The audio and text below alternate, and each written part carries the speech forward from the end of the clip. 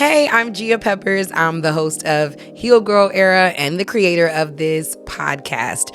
I wanted to rewind because I realized that I jumped right into this journey without really explaining to y'all what Healed Girl Era is. So, one, thank you for the grace. Two, we about to do it now. Happy 2024, y'all. Before we get into this, I want to say thank you for the love, the support, the coverage, the shares, the comments, everything that y'all have given me during the launch of this podcast. We are building such a beautiful community, and it makes me so happy to hear what y'all think. So I am listening to / watching Gia Pepper's new podcast. It's called Healed Girl Era. Love it already. In 2023, we launched with Kelly Rowland, Jovian Zane, and Danielle Brooks. And right now, I think it's a good time to reset and start with a little intention setting for 2024. So let's get into episode 4 of Healed Girl Era. First of all, I think it's a great place to start a whole new year with kind of clarifying what I want this space to be. In the tagline, it says it's a loving space for every single part of the journey. And that's really the intention of this space. I'm going to have all types of people here, leaders, thought leaders, believers, faith leaders, all different types of people to come and share their experience of how they overcame, how they improved parts of themselves, how they learned to heal, how they define healing. And then I'll also have therapists and people who are experts in any part of our healing journey.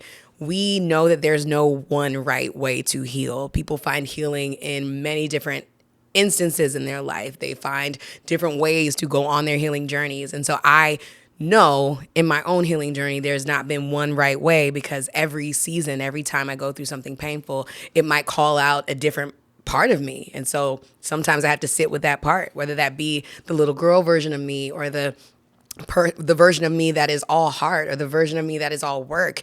All of those versions have their own healing. And so in this space, we will create space for all of that to thrive and to be brought to the forefront. My favorite part about this journey so far is that it has demanded that I heal parts of myself. Healed Girl Era, the title, is an affirmation. For me, it represents the fact that as long as you can say, I am healed, I am believing for myself to be healed from this, it means that you have the capacity to go through the journey. So whatever you're going through, whether it be a breakup, whether it be a job loss, whether it be a personal loss, a person in your life that you lost, whether it be that you lost a sense of yourself, Healed Girl Era means that you can heal from it, heal through it, heal within it, and continue to show up to be the best version of ourselves in any given time.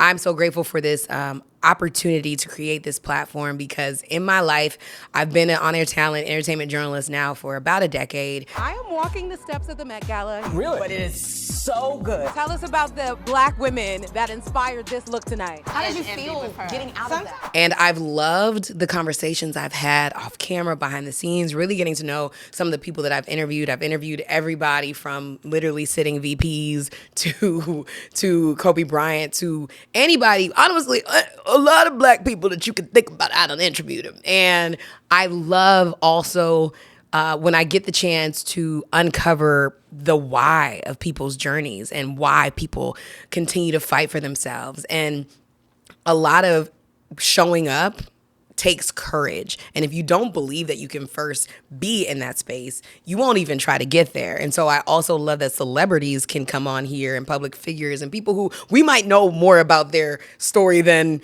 they would even want us to know, because of things like blogs and news and things like that. I think that is so important that they also get a chance to share their story from their perspective. And so Healed Girl Era is a representation that healing looks like a lot of things, and we'll get tools from experts and therapists and leaders, but we'll also have stories, because I also totally and truly know that there is nothing more impactful than someone you look up to telling you how they got through something that you might also be going through as well. So thank you so much for being here and in this space. And I think it's also fair that I start with my healing journey. I have gone through a lot in life. Who hasn't? I believe my first intentional step towards healing my heart and my mind and my spirit really started in the church for me. The lens of this show will be through faith and in faith because I am a believer. And so I always want to clarify that for people. I know there's a lot of different people in different walks of life and different belief systems.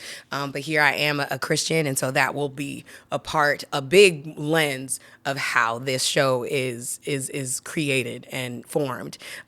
So I wanted to clarify that. I'm going to have to do a whole separate episode on faith because we'd be here forever, but just know it's coming.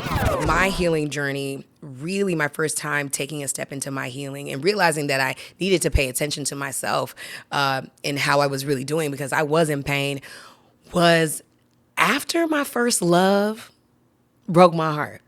And child, we all know heartbreak is hard, but there's nothing like getting your heart broken the very first time. So I remember I was like 16, 17, and I had little bouts with depression before that. Like I remember being a very sensitive and emotional child. I remember growing up, I went to an all black like preschool and until I was about 5 or 6 years old, and then was taken to an all-white school from DC to Maryland. It was a really big transition for me, and I remember always feeling othered, and that's when I started really feeling that I was alone and different in the world. And from that point, I really understood that I am a person that thinks a lot. And so your mind is very powerful. If you can spiral into spaces of darkness, you can also get yourself out of that. And so when I finally started realizing that I really needed to understand who I was, I started journaling. We bless God for Moesha and Mara Bakakil and all those little, diary moments, because that's when I really started journaling. I wonder if Ohaji qualifies as my first real love. Yeah, I did feel butterflies. Nah, it's only real love if he feels the butterflies too. That's when I really started taking my own thoughts seriously and taking stock of what I was saying to myself and saying about myself and saying about the people in my life. I was a very emotional kid, so I wrote poetry, honey. I got books of poetry as well. And I think it's a beautiful thing to really understand how you view the world and be able to read it back and call out what needs to change and what doesn't need to change. And so that practice got me through my first heartbreak because I wasn't old enough. And we as a society, especially in Black families and Black households, we're still looking at therapy as a taboo experience that was too expensive. And we had Jesus, amen. And so back in that time, I'm now 33. So, that definitely changed for me during the pandemic. And I think throughout my career, there have been very traumatic moments that made me not only want to give up on my calling, but give up on life, to be honest. When I was going through the pandemic, I think that was the hardest emotional battle that I've ever fought, and bless God, won. But I got through it because of therapy. I was in a space where all of the first several years of my life post-grad, post-college, were about work and hustling. And I would go through heartbreaks and I would go through things and I would be dismissing my emotions because I had stages and people were clapping for me. So the applause was louder than my actual emotions. And I was able to work through all of my trauma and all of my feelings. And I was just like, I have it together. I'm too scared to go to therapy. She gonna pull that thread and then I'm gonna be a mess and I'm not gonna know how to recover.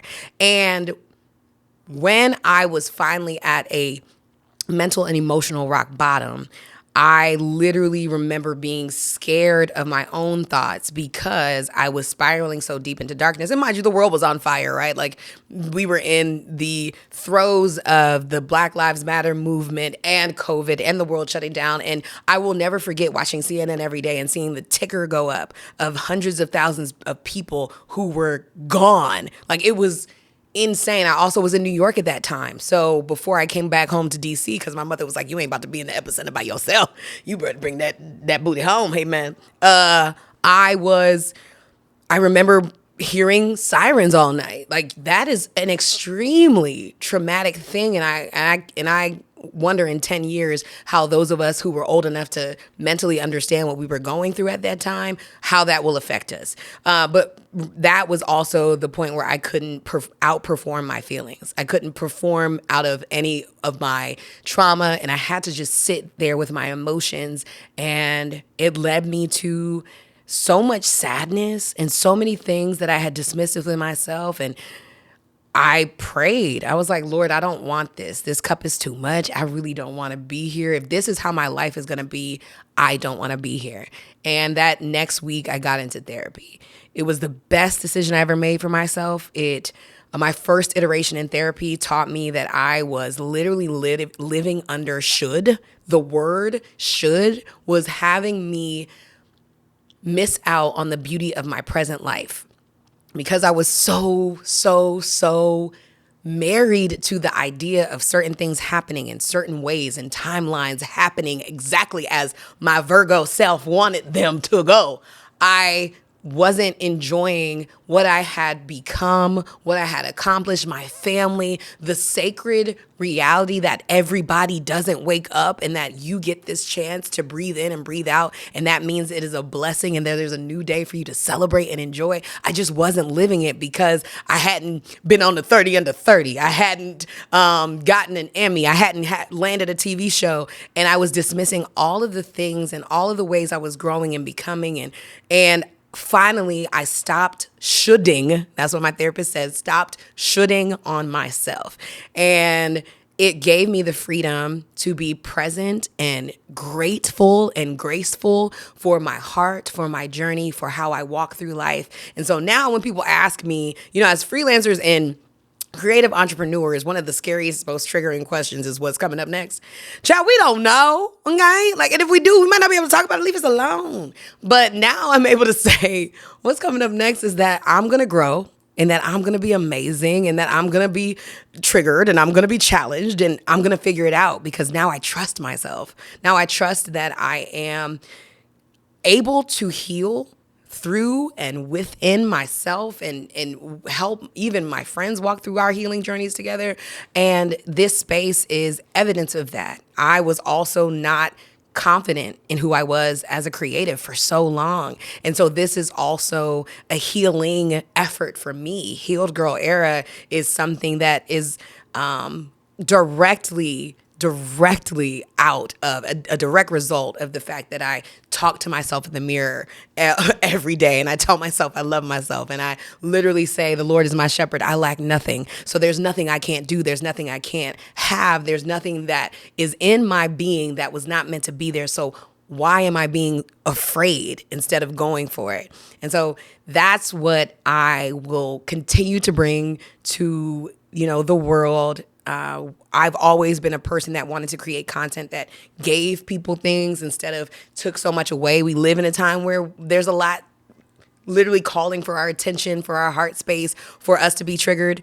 And I want to create a safer space where you come here and you breathe and you listen and you learn, and you might not like everything you hear. I'm going to say things sometimes that, I'm a human being. I'm going to have to learn out loud, but I'm no longer afraid of learning and growing and making mistakes. And so Healed Girl Era, again, is an affirmation that no matter what we are going through in life, we can be healed from it, healed through it, and hopefully together we can tackle some really difficult conversations. But it's also going to be fun. We're going to have fun. We're going to laugh. We're going to pray. We're going to cry. We're going to get to know each other better. You're going to meet people that you didn't know about. You're going to see some people that you do know about. But I just hope that this space is a safer space, because we know the internet ain't safe, honey, is a safer space. My intention is for it to be a safe space for people to share how they got through.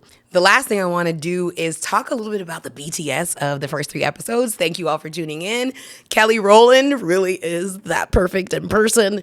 That came about, you heard on the story through Woman Evolve, and Kelly has literally been such an inspiration for me my entire life. So I'm not gonna lie to y'all, the first 7-8 minutes when she came into space and they turned that camera on, I wasn't sure if I was dreaming or not, because I literally used to be the girl that would stare at her, Beyonce, Latavia, Latoya, then Michelle, for hours on their album covers, because they just meant that much to me to see Black girls taking up their space. And so I'm so grateful that she came on. And it really helped me move forward in this journey. The reason why I jumped out is because when Kelly Rowland says she's ready to talk, honey, you figure it out. You sit down and you talk to Kelly, Calendria, Trinae Rowland, okay?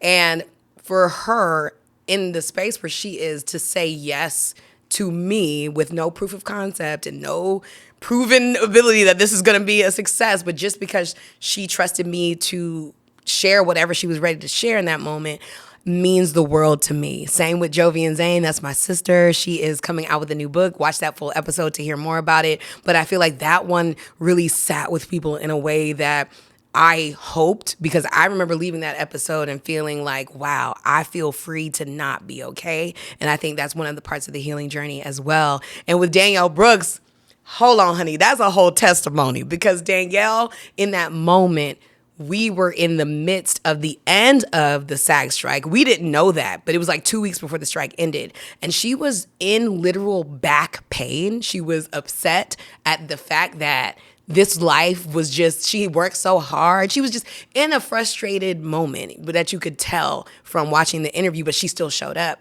And just to see a couple months later that her whole life changed. She's on every talk show, every magazine cover. She's walking around everywhere with Oprah telling the world how amazing she is. She's got Golden Globe nominations and Critics' Choice Awards nominations. It was a testimony to never give up on the timeline that God has for you. Because my God, look at how her life and her story has showed up and showed out in these last few days. And so stay tuned. There's more coming for you all. And if you want to see someone on this show or even have topics that you want to hear about, please DM us on the Healed Girl Era Pod Instagram or the TikTok Healed Girl Era Podcast. We'd love to hear what you guys want to talk about in this new year. And for this new year, I am not talking myself out of things I'm afraid of, but talking myself into them, because I really know that's where we grow. So I want to hear in the comments, and I want to hear on social media, at me on Twitter, all the things.